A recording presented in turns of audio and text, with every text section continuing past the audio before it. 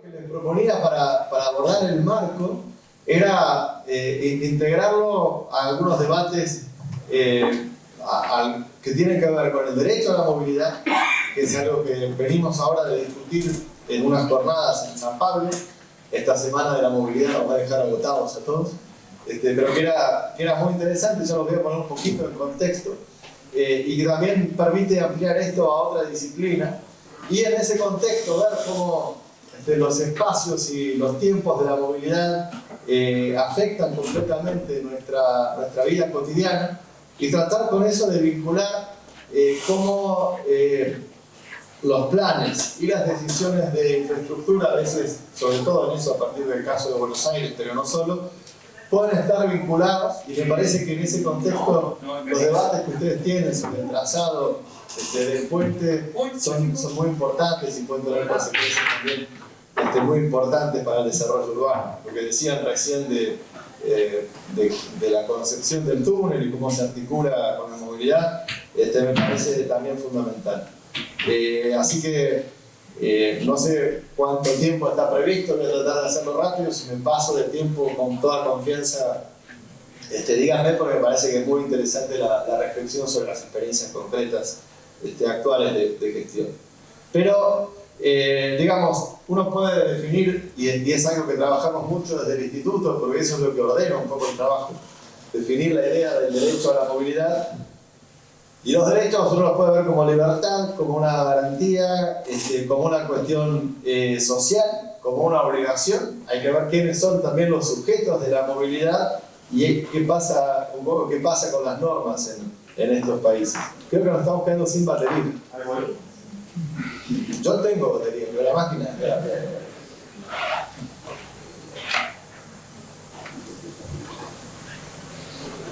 a esta hora de la mañana.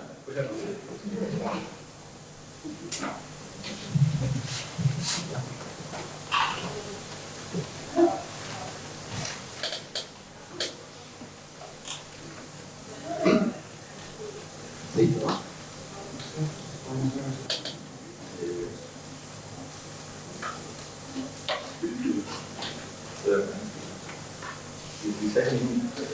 Bueno, si lo hago en 16 minutos llega la batería.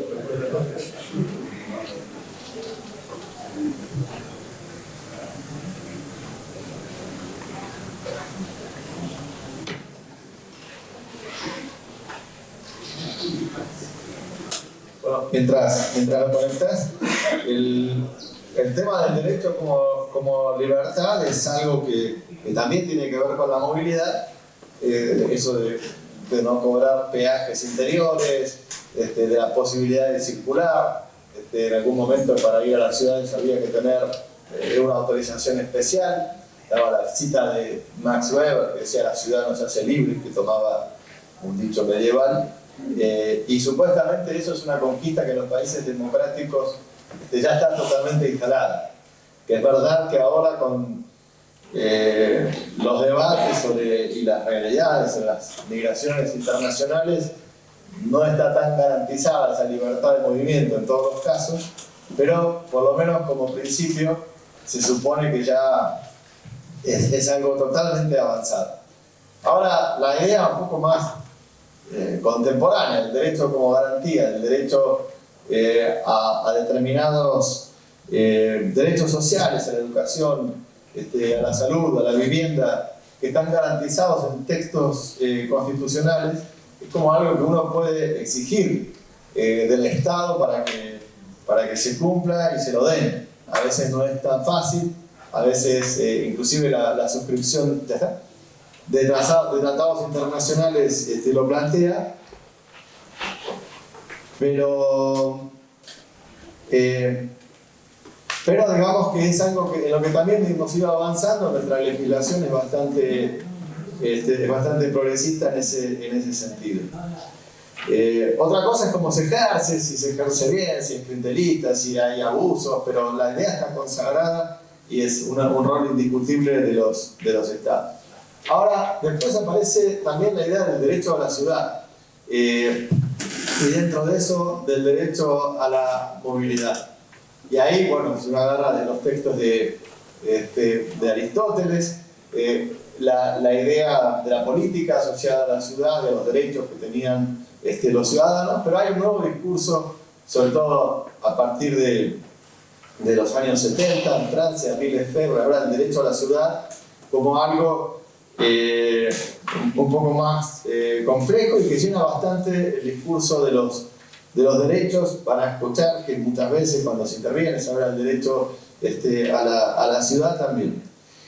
Y cuando el movimiento empieza a tomar, digamos, otra dimensión en ciudades que se hacen más complejas, en donde las posibilidades de acceder a los lugares son como una condición para que esos derechos se cumplan, si no nos podemos desplazar, no podemos acceder a la salud, a la educación, al trabajo y a las oportunidades de la ciudad.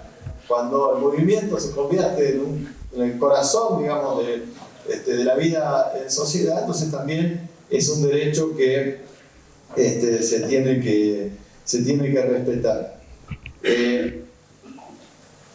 ¿Qué significa? Claro, ese derecho a la movilidad se puede dar de distintas maneras de acuerdo a cómo sea la situación de cada uno que se mueve.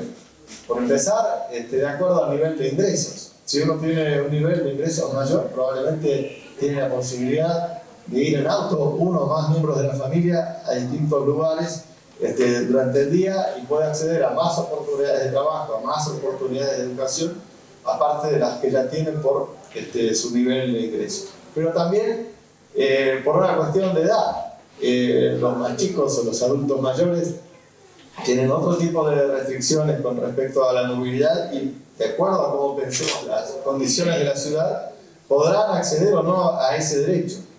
Y también eso cambia bastante por género. Por ejemplo, hicimos una encuesta en los accesos a Buenos Aires cuando en las horas pico en los peajes de las entradas de las autopistas de la ciudad, un 80% de los que entraban manejando eran varones y un 20% eran mujeres, mientras que en el transporte público es más o menos 50 y 50. Así que depende de qué decisión tomemos sobre la infraestructura, beneficiamos de distinta manera a grupos de ingreso, de edad, de género y también de situaciones de capacidad física. Ahora, uno puede decir, y no es solo moverse, también es espacio y los tiempos de la movilidad, y también a que las infraestructuras que atraviesan los barrios para los que pasan no sean un tajo insalvable para los que son atravesados. Y eso vamos a ver que, por ejemplo, cuando tratamos de seguir la lógica de espacio que demanda el crecimiento del automóvil y la vocación de que pueda ir por adentro de la ciudad a una determinada velocidad, es completamente devoradora de espacio y además produce fracturas muy grandes y termina anulando, digamos, muchas de las posibilidades de desplazamiento de otras formas que uno podría tener adentro de la ciudad. En San Pablo, en Santiago de Chile, o podemos ver también que los lugares y los tiempos de la movilidad tampoco son los mismos según el nivel de ingreso y según el tipo de transporte. Uno puede ver la cantidad de espacio que se le da a determinadas formas de desplazamiento, a los que acceden solo algunos, y el que queda para otros, sobre todo cuando se hacen transiciones de un sistema a otro, como en el caso de Santiago. O cuando atravesamos distintos barrios con una infraestructura, como decía recién, no es lo mismo si los barrios que son atravesados tienen capacidad de hacer escuchar su voz, de influir en los medios, de influir en los que toman las decisiones, que los que no. Tal vez esto es un tema más específico de grandes metrópolis, pero por ejemplo en la 9 de julio, de la avenida Brasil, más o menos de Constitución, hasta Retiro, para bien o para mal y con sus ventajas y sus defectos, es una avenida. Y de Constitución hacia el sur, en la ciudad de Buenos Aires, hasta el Riachuelo, es claramente una autopista que la atraviesa sin mayor contemplación. Y acá en Santiago, ¿esto va a ver, anda? Me parece que es otra cosa. Bueno, en Santiago de Chile tienen el periférico, que rodea toda la ciudad. Y en general, cuando pasaron por casi todos los barrios, lo pudieron construir, como se ve acá en la foto, pero cuando tenían que pasar por Vitacura y por uno de los barrios donde los vecinos tienen más capacidad de hacerse oír, no querían que se destruyera la vida barrial por una autopista que pasa por el medio. Entonces fueron desarrollando proyectos que todavía no construyeron, pero que hacía que cuando pasa por ahí, bueno, invierten mucho más dinero y supuestamente el barrio no pierde la calidad. Está bárbaro que uno pueda hacer que la infraestructura no destruya el barrio, lo que no está bien es que se discrimine por el nivel de ingresos de por dónde pasa la infraestructura. Otros hablan de cómo las distintas entradas de París también son distintas de acuerdo a los niveles de ingreso y a las condiciones sociales de los barrios que están del otro lado y lo hacen críticamente. Pero bueno, entrando en esta segunda parte que yo les mencionaba de la relación entre los planes y cómo se relaciona con la infraestructura, nosotros tenemos que a nuestra vieja cuadrícula colonial, hablando de Buenos Aires, después le pusimos, y en otras ciudades argentinas también, cada 4 cuadras una avenida, con lo cual la jerarquizamos, y después le metimos diagonales, por lo menos ese fue un plan en 1909 que se cumplió a medias, pero que daba, digamos, una concepción distinta del espacio urbano.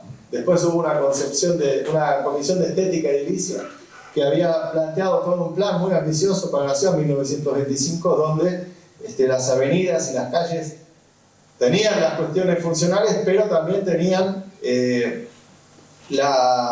digamos, no perdían su calidad de espacio público. Ahora, después, en algunos casos fuimos ensanchando, como decía recién, las avenidas, a ver cómo podíamos acomodar el tráfico, y eso se hizo un poco en detrimento de la calidad urbana y al principio además sin jerarquizar entre un tipo de uso y el otro que tiene la avenida, o si son autos, o si son transporte público que puede tener alguna jerarquía. En algunos casos sí se había mantenido una cuestión paisajística donde se pudo, y a eso creo que es algo que llama la atención. Hay intervenciones nuevas que se hacen de 3 carriles, pero que están concebidas como una autopista adentro de una ciudad, que no tienen cruces, que lo único que piensan es cómo van rápido los autos, y hay otras que pueden tener muchos más carriles, que en cierto modo asustan. Hasta 8 carriles, por ejemplo, por el Libertador o por Figueroa Alcorta en Buenos Aires, pero como tienen intersecciones y no dejan de ser urbanas, bueno, pueden vivir de otra manera con los barrios.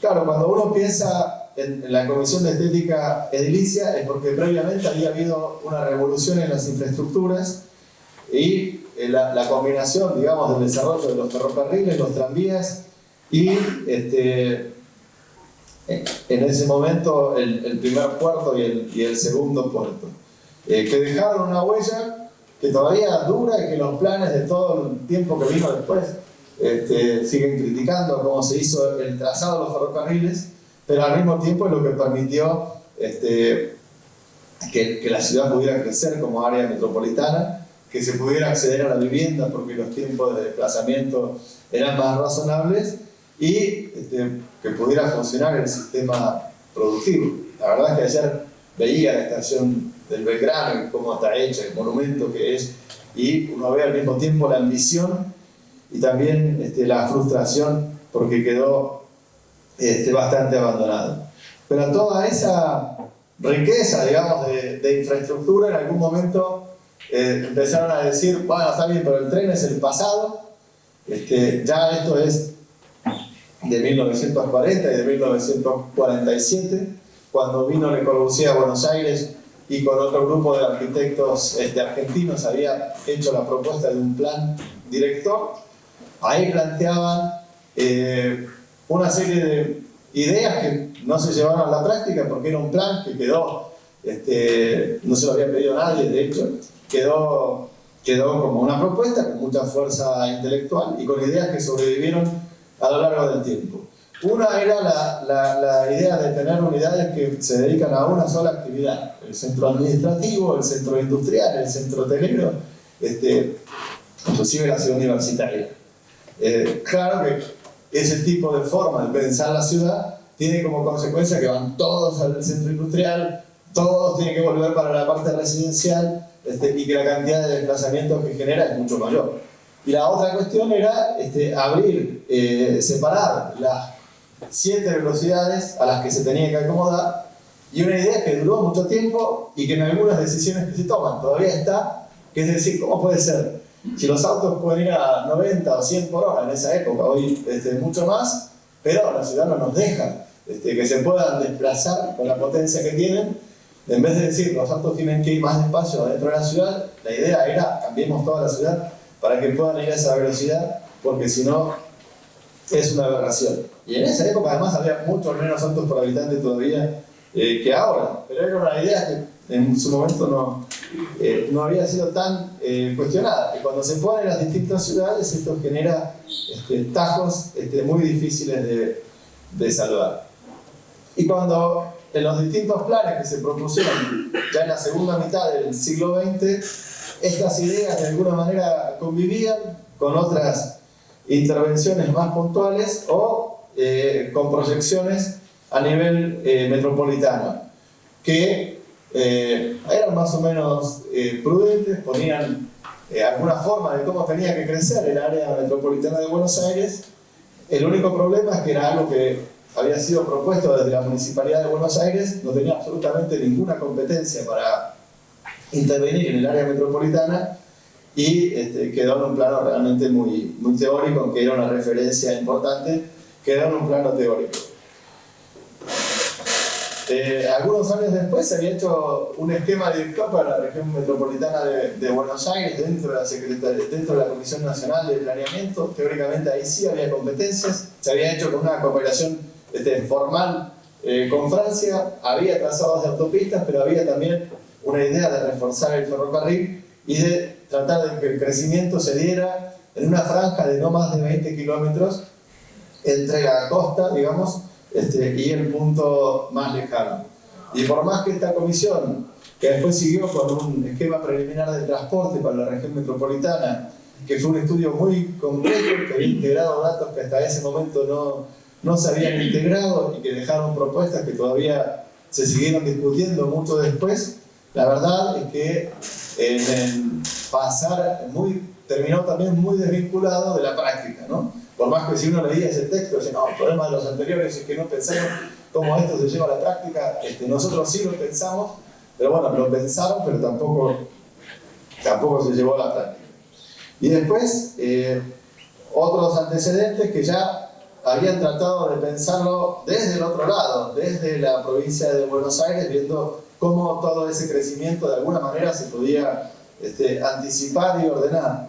Y hubo un esfuerzo bastante grande que se desarrolló en el 73, el 76, se publicó en el 77. Algunos decían por eso que era una propuesta muy autoritaria. La verdad es que el desarrollo en todo caso fue anterior. Hubo normas que trataban de ordenar el crecimiento, pero tampoco, salvo algunas leyes de uso de la tierra, tampoco lo hicieron mucho. En todo caso, ahí lo que sí queda planteado, que es una idea importante, es para pensar la movilidad en el largo plazo, si uno lo puede asociar al crecimiento urbano, va a tener más posibilidades de éxito que si trata de resolver solamente los flujos, que ahí sí estaría hablando en un sentido más tradicional de transporte, que si lo trata de pensar como un modo integral. Lamentablemente, donde sí las cosas se llevaron a la práctica, pero no tenía los estudios previos, como los antecedentes que acabamos de mencionar, era, digamos, en plena dictadura. Con el plan de autopistas, en la época del brigadier Cacciatore, y que tenía como secretario de Obras Públicas al doctor Guillermo Laura, que había planteado un plan y con una innovación administrativa que era una licitación pública internacional para construir la infraestructura a pagar por peaje y con un sistema de avales fiscales. Del plan, que marcaba prácticamente toda la ciudad, se construyó una parte, supuestamente basado en algunos... Había escrito un libro llamado La Ciudad Radial, claro, acá es donde uno puede empezar a pensar, bueno, el derecho de quienes se respeta cuando se hace esta infraestructura. Pero lo que sí es indiscutible es que tuvo un impacto real en el territorio. Esa decisión sí que se llevó a la práctica y tuvo un impacto muy grande. Y además, después se proyectó con el sistema de accesos viales a la ciudad, por también el sistema de peaje, que coincidiendo con la decadencia del ferrocarril, después la privatización, que tuvo una mejora parcial, pero que después volvió a decaer, tuvo un impacto enorme en cómo se produjo una presión sobre el territorio metropolitano. Se empezó a consumir muchísima más tierra para el desarrollo. Lo que antes se hacía sobre los ejes ferroviarios, ahora se hacía sobre los nuevos accesos. Que cuando, bueno, que además no solamente fracturan, sino que tuvieron una consecuencia inmobiliaria muy grande. Y como consecuencia de ese desarrollo inmobiliario al que este tipo de infraestructura dio lugar, lo que en un momento se prometía para los que vivían a 30 o 40 kilómetros en un country o en algún tipo de urbanización, que podían estar en el centro en media hora, a medida que eso fue teniendo éxito, se convirtió en 1 hora y media y dejó de ser, digamos, una opción práctica, con el agravante de que nos consumimos una enorme cantidad de recursos, que generamos un problema ambiental y que postergamos, por lo menos hasta ahora que se tomaron algunas decisiones, totalmente la infraestructura ferroviaria. Después, claro, uno puede ver otros ejemplos como en Santiago, que venían teniendo sus planes un poco más tarde, que creció también más tarde, que ahora tiene más o menos 8 millones de habitantes, pero que en un momento dijeron, en el año 75, en la época de Pinochet, acá el Estado no tiene por qué meter, en nombre de la libertad, el Estado no tiene por qué meterse en la regulación de la tierra urbana, eso encarece el costo, liberemos todo, que cada uno haga lo que quiera, y con eso después vamos a estar mejor. Claro, después hubo otro terremoto en el año 85, se acordaron que el Estado sí tenía que intervenir, pero digamos se produjo un modelo de urbanización también muy disperso y muy difícil de cubrir por el transporte público. Y digamos, cuando uno quiere seguir insistiendo en la capacidad para la circulación de autos, vos decías recién, las avenidas no se pueden seguir ensanchando, pero en algunos casos se les siguen construyendo, digamos, otro piso de infraestructura. Y bueno, a nivel metropolitano también se siguió haciendo intentos desde la provincia, los lineamientos estratégicos para el desarrollo del área metropolitana, que permitieron avanzar mucho en los diagnósticos, pero que también en cómo las cuestiones se llevan a la acción no avanzó tanto. Por eso son tan interesantes los casos que cuentan ustedes después, que sí llevaron a la práctica. Y un ejemplo que es muy conocido, pero que creo que vale la pena insistir, es el de Curitiba, porque encontró primero una innovación en cómo hacer lo que hasta ese momento se hacía por ferrocarril o por subte, que cuesta muy caro y lleva mucho tiempo, en la superficie, manteniendo las posibilidades de prioridad de circulación, que los pasajeros suben y bajen de los coches a la misma altura sin tener que subir y bajar escalones, lo del boleto único para combinar, y lo que no se hizo tanto en otras ciudades, que era los principales ejes de transporte acompañados también de la mayor densidad. Que eso además permite que los viajes tengan otro sentido de ida y de vuelta, con funciones más o menos mezcladas y no tan congestionados en la hora pico, yendo todos unos para un lado y otros para otro, ¿no? Que esto en algunos casos en Bogotá se llevó también con calidad urbana, sin querer tanta velocidad para los ómnibus, y en otro, tratando de darle toda la velocidad a los ómnibus, sí le pusieron un transporte público masivo a una ciudad que no la tenía, pero con condiciones para los peatones también mucho más duras de acceder. Tienen que subir y bajar por un puente, han hecho protestas, lo han mejorado un poquito, pero ahí es donde también uno puede discutir hasta dónde una solución que es buena para una cosa es buena para todos. Eso de los que llaman BRT o Bus Rapid Transit, o acá lo llaman Metrobús, es bueno para una determinada capacidad. Cuando uno ya quiere ir a 30.000 o 40.000 personas por hora, probablemente no es el mejor medio, aunque el subte cueste más caro y lleve más tiempo, a la larga se amortiza y termina siendo mejor. O en Santiago, digamos que también quisieron, con el asunto de darle toda la velocidad a los ómnibus, no pensar en las calles que estaban sirviendo ni en las otras funciones que podían tener. O, como pasa con este tipo de soluciones, una vez que se pone de moda, se estandariza, existen las propuestas llave en mano, están los que vienen y te lo hacen, que no necesariamente lo adaptan al lugar a donde se está haciendo y pueden quedar por encima o por debajo de la capacidad que hace falta, con lo cual también, digamos, se generan grandes problemas. En el caso, digamos, de Buenos Aires, con el Metrobús, que había empezado con la avenida Juan B. Justo, que como ustedes saben es por donde va el Maldonado por abajo y que era ancha y no tenía grandes conflictos, tuvo éxito. Cuando se hizo en la avenida 9 de Julio, generó grandes debates. La verdad que yo también criticaba la cuestión paisajística en una avenida que también tiene otro valor, pero reconozco que frente al proyecto anterior que había por el mismo gobierno de la ciudad en el año 2009, que era hacer 2 túneles de 3 carriles viales por lado, una obra muy cara solo para autos, esto era un avance importante y de hecho en la evaluación de la gestión del gobierno de la ciudad, por más que no es ni remotamente la obra más cara, es la que cuando se le pregunta a la gente en las encuestas pone, digamos, como uno de los logros del gobierno con una evaluación positiva, digamos, ¿no?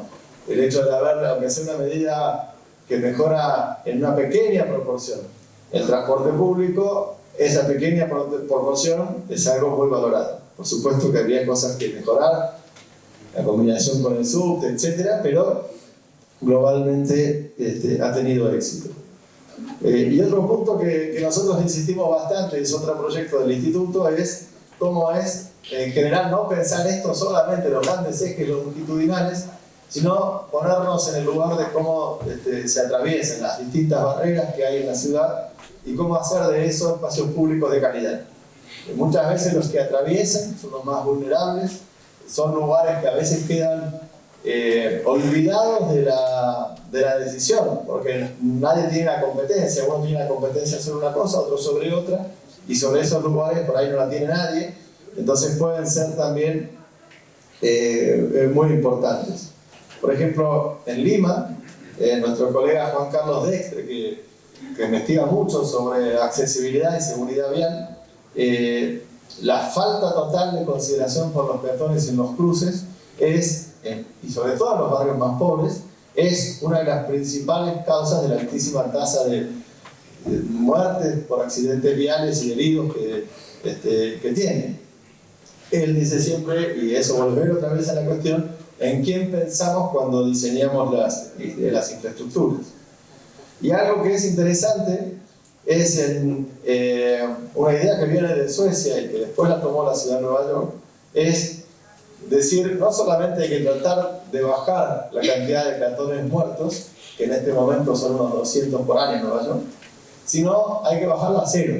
Uno no se tiene que conformar con que va a morir menos gente, hay que decir, no tiene que morir gente. Y esa lógica que está puesta además en la legislación lleva a que se tome una cantidad de decisiones mucho más drásticas de las que se tomarían con el método tradicional. Pone, por ejemplo, otras curvas, porque han puesto además que la máxima para todas las ciudades de 25 millas, o sea 40 kilómetros por hora, si los ingenieros no me corrigen, creo que más o menos esté por ahí. O sea, ya con una velocidad más baja, la cantidad de accidentes baja mucho, y si uno prepara la ciudad para una velocidad más baja, es otro tipo de curvas, otro tipo de anchos, otro tipo de anchos de carriles, y digamos normas más estrictas. Creo que es interesante y que también vale la pena ser estudiada. O también la idea de, ok, lo que hicimos en un momento era lo que estaba en la época, perdón, pero bueno, hay que ver que era una mala idea,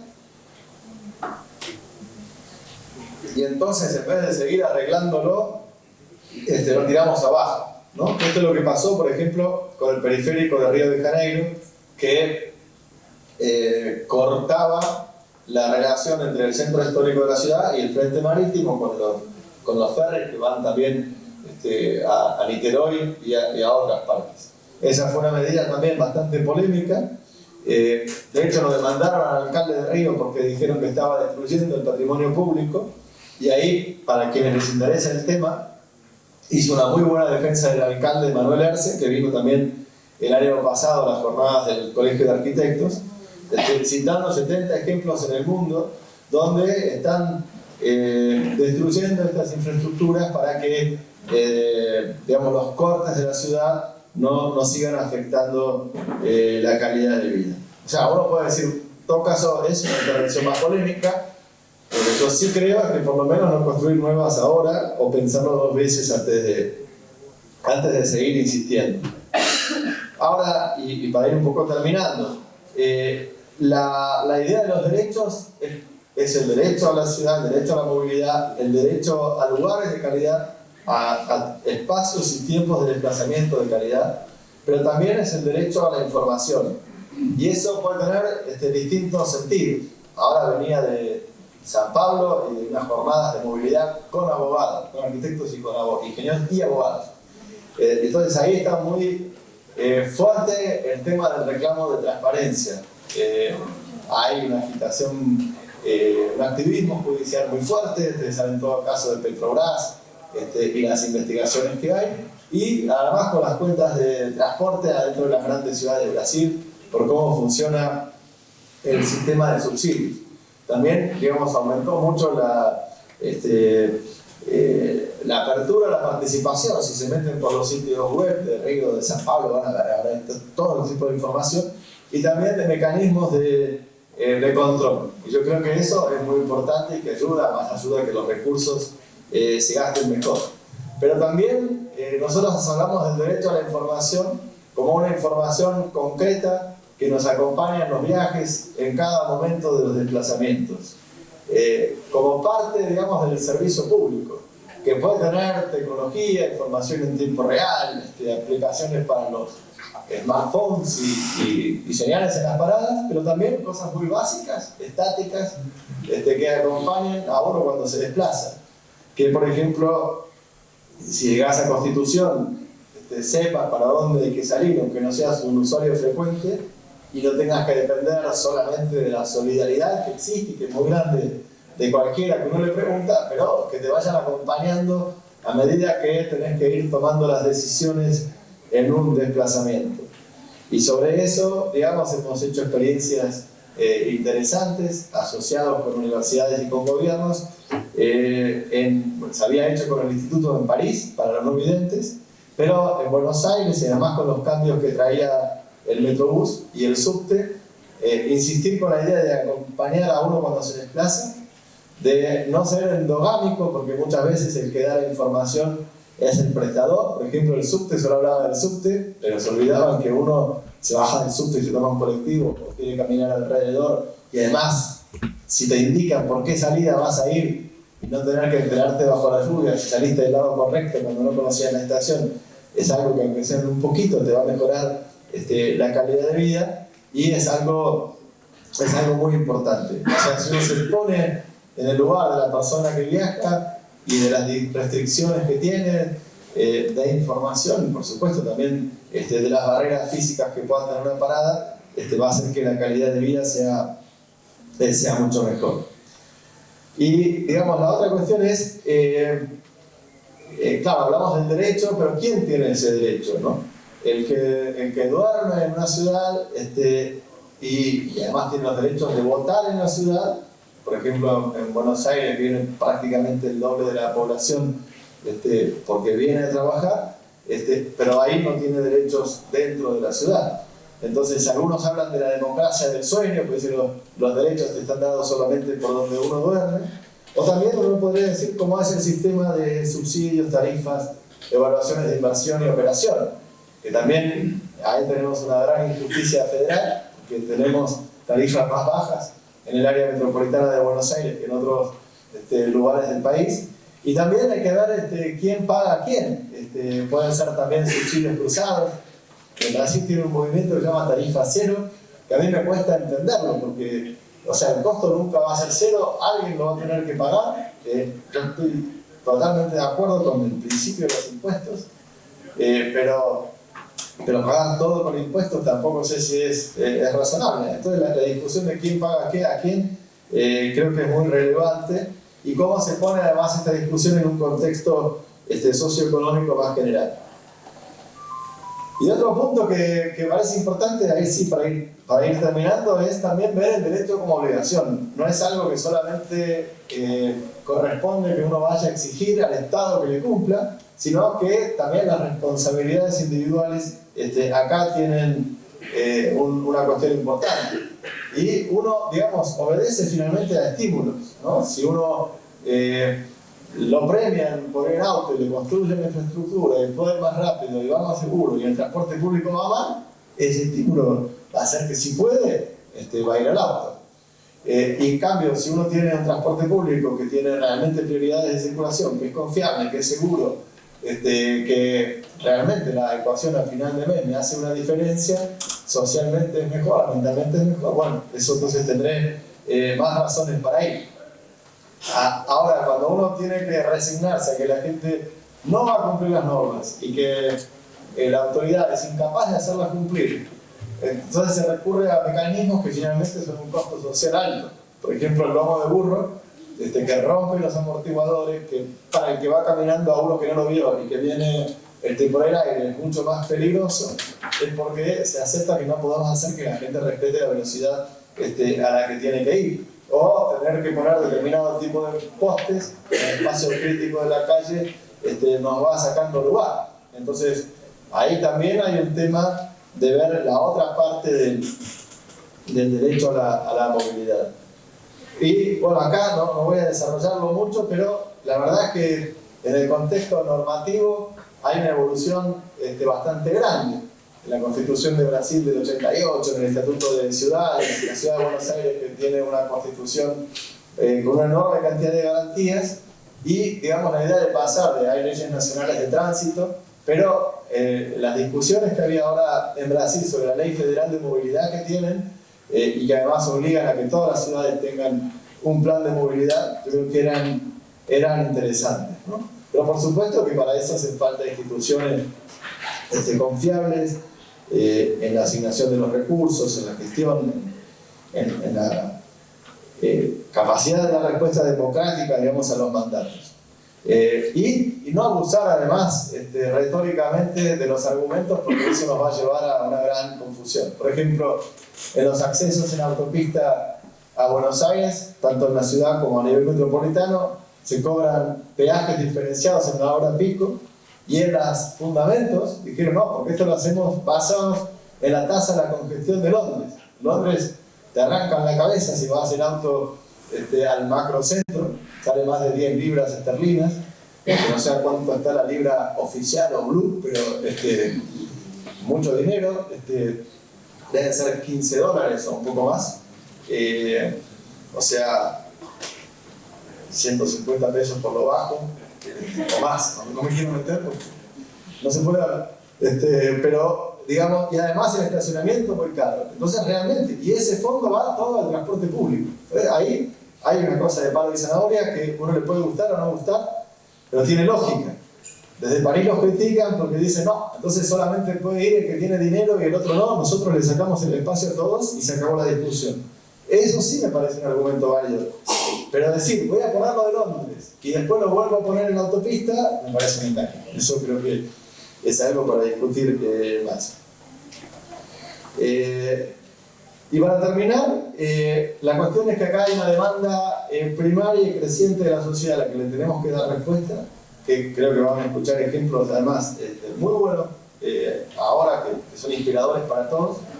Que tanto, bueno, en la discusión de recién también, uno dice cuando se pensó el federalismo, que todavía tenemos muchas materias pendientes, se estaba pensando en sociedades eminentemente rurales, cómo hacemos para que en esta alta urbanización esto pueda funcionar de otra manera.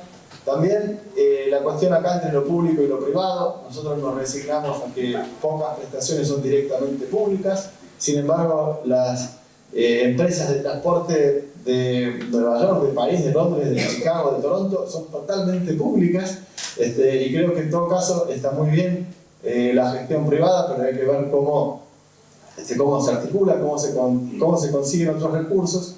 Ahora hay un debate interesante por Uber, ¿no? Ustedes conocen el sistema de taxis que funciona con una aplicación y que no depende de que los gobiernos le den una licencia. En varios lados se están matando, a nosotros todavía no nos llegó ese debate, pero están en las cortes, en varios países del mundo, los tribunales matándose si es un servicio público o no. Pero es evidente que la tecnología también plantea nuevos desafíos de regulación y de ver el rol del Estado. Y finalmente, es una cuestión que no se puede agarrar de una disciplina sola, ¿no? Creo que hace falta todos los desafíos de la gobernabilidad democrática y por parte de las universidades aportan realmente de todas las disciplinas. Así que, nada más. Muchas gracias.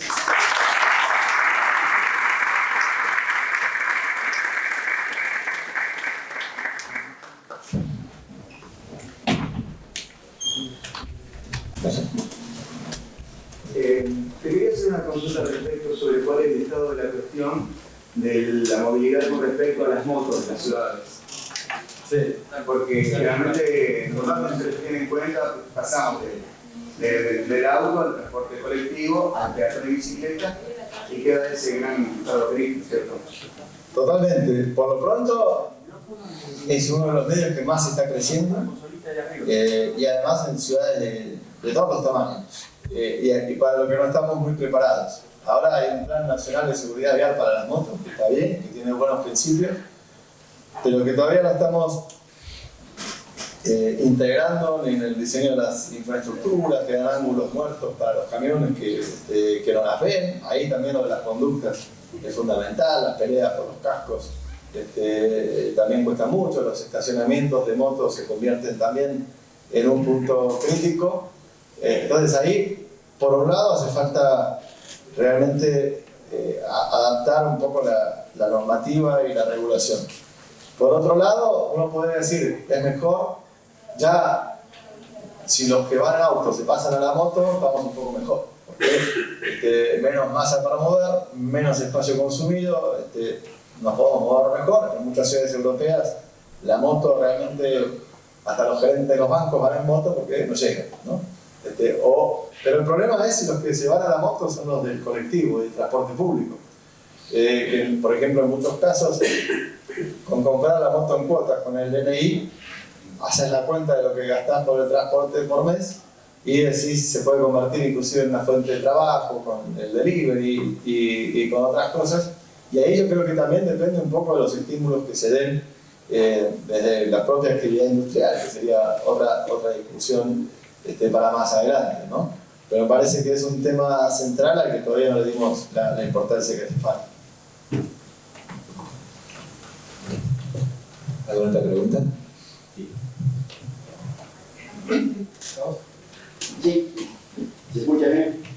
Bien, la verdad me pareció muy interesante la conferencia, muy importante para al menos para mí, que yo integro un grupo de universitarios, de graduados universitarios, que somos cooperativistas, y todo este tema de la ciudad y demás nos toca muy de cerca, porque para los graduados universitarios, y en función de algo muy, muy importante que usted dijo, que es el aspecto o el enfoque multidisciplinario. Yo soy abogado, integro también una cooperativa de tecnología, o sea, de informática. Nosotros estamos planteando el éxodo urbano en función de una serie de artículos desde el punto de vista cooperativo y demás, que en la Constitución de la provincia de Santa Fe tiene basamento el artículo 26 y 28, una sobre el fomento de la política cooperativa y educación cooperativa, y el 28 sobre la creación de colonias agrarias. O sea, ahí hablamos de que, y acá viene la pregunta que les quiero hacer, que para nosotros, y la vamos a plantear su respuesta, justamente para debate en nuestro grupo, que es el siguiente, porque nos pareció muy bien, porque todo esto que usted dice nos alienta que no vemos solución. Hoy un graduado universitario, si tiene que comprar una vivienda, nosotros ya estamos buscando lotes en la allá de Santa Fe, porque entendemos que está colapsado esto. Estamos hablando de 1 millón, 2 millones de pesos que muchas veces los graduados universitarios de determinado nivel no se consiguen. Estamos hablando de autoconstrucción, acá Santa Fe hubo costillas muy interesantes. La pregunta, que obviamente vamos a analizar y demás, su respuesta.